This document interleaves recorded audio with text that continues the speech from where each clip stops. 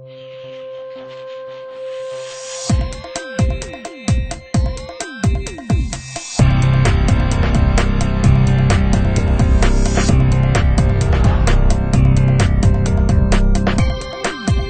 my State of the Union address, I set a goal of doubling America's exports over the next 5 years, an increase that will support 2 million American jobs. Many U.S. companies, especially smaller ones, would love to double their international sales, but wonder how? Well, one way is to attend a trade show right here in the United States. Every year, hundreds of trade shows are held here. A favorite trade show city is Las Vegas. Many shows held here and in other cities attract buyers from all over the world. So if you want to make international sales and enter new markets without leaving the U.S., consider shows with lots of international visitors. This is one. The National Association of Broadcasters, or NAB. Americans don't need a passport to get here, but comfortable shoes are required. There are nearly 83,000 visitors to the show this year, and almost 24,000 are from more than 150 countries. If you want to make that first international sale or sell to more buyers in more countries, consider making trade shows a business development strategy. International buyers love U.S. trade shows, and they come from far and wide with long shopping lists. I had a lot of equipment and things that I have on my list, most especially for upgrade of our registrations facilities.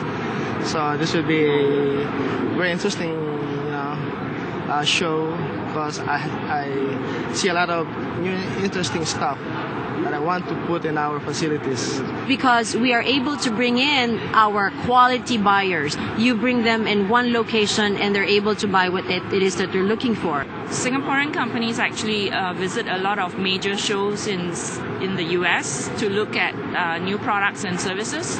Why not buy from Spain or Japan instead of the United States? Particularly, I'm interested in American equipment. That's why. I represent an Egyptian company. We are a broadband provider and ISP solution provider.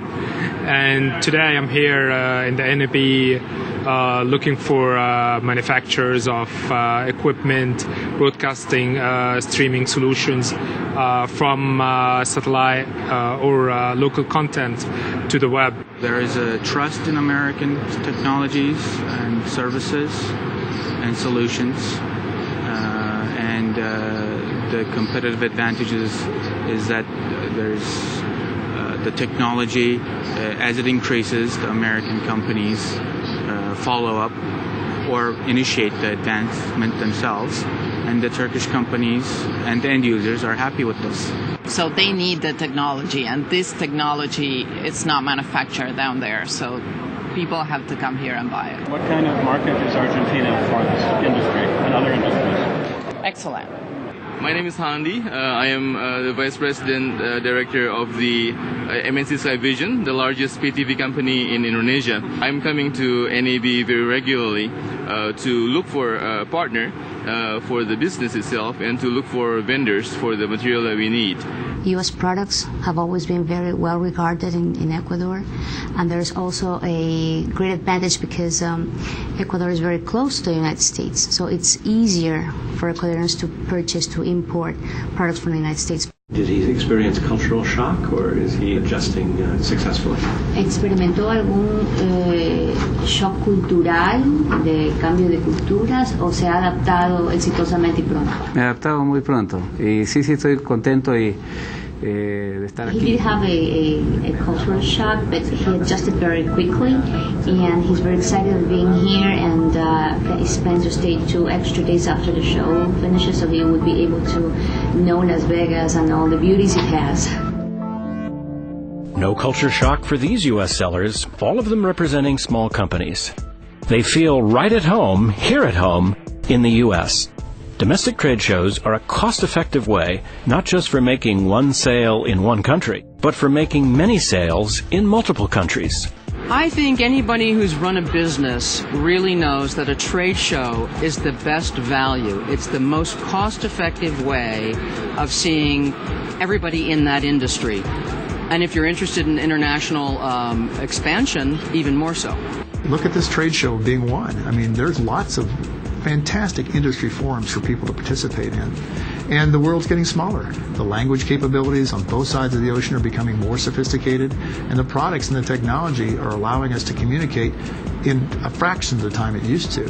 And so I think people who don't really open their doors to international either are very successful and don't want to grow, or are living with some old inhibitions about they're different than we are, and oh, by the way, I'm happy here. If you want to grow your business, you want to make it strong, you want to hire more employees, you want to make a better economy for the people that live in your hometown and work for you, you've got to expand, and you do that internationally. We do a lot of international sales in different venues, usually in the medical industry right now. We have several units in Dubai, a couple in Abu Dhabi, a couple in Saudi Arabia, Finland, and Russia. And we're working on some other foreign customers right now in Mexico, and we're over in the Middle East too, some more different places, India. So we're having a lot of different sales opportunities. So, what percentage of your business do you think is made up of international? Right now I think it's about 25%. I'd like to grow it a little bit, maybe to 35% would be nice. Exporting is huge for us. As a matter of fact, 50% of our sales is outside the U.S. So all of a sudden, you've got an extended family that's global that makes doing business as common as doing in your backyard. 70 countries that we're present in. 33% of the business is international, and we do approximately $70 million a year. I think when we look at the total mass of countries, we went through that the other day, about 120 countries. The best guys you'll meet in the world will be guys you're trading and doing business with, and you become, you become brothers and sisters in the marketplace, and because you're serving each other, and you learn things that you never would have learned before about people and regions and cultures. It's a global marketplace. It's a global economy. We have to do our part as trade show organizers. We have to do our part for the U.S. industry to help them find new avenues for expansion, global awareness, branding, and that's what I love to do. It is an investment, but it's the best investment you can make. Imagine being everybody is under one roof. In the United States, we're very, very aggressive in business, and we do our business at a high pace and fast and furious. But in a lot of the countries, it's more about the dance. It's about the individual. It's about the culture. It's looking you in the eye and knowing you're going to be a good partner. It's about the dance. Ready to join the dance of international selling and buying here at a major U.S. trade show for your industry? You can learn the steps on your own, or you can get some help from an agency of the U.S. government that promotes U.S. exports. These company owners and managers did, and that's a big reason why they sell to buyers in more countries than they have employees. These buyers get help too. U.S. government representatives introduce them to the makers of products they need. Who are these U.S. government people, and what exactly do they do? In our next segment, you'll hook up with the International Buyer Program, Matchmakers on a Mission. Thanks for watching.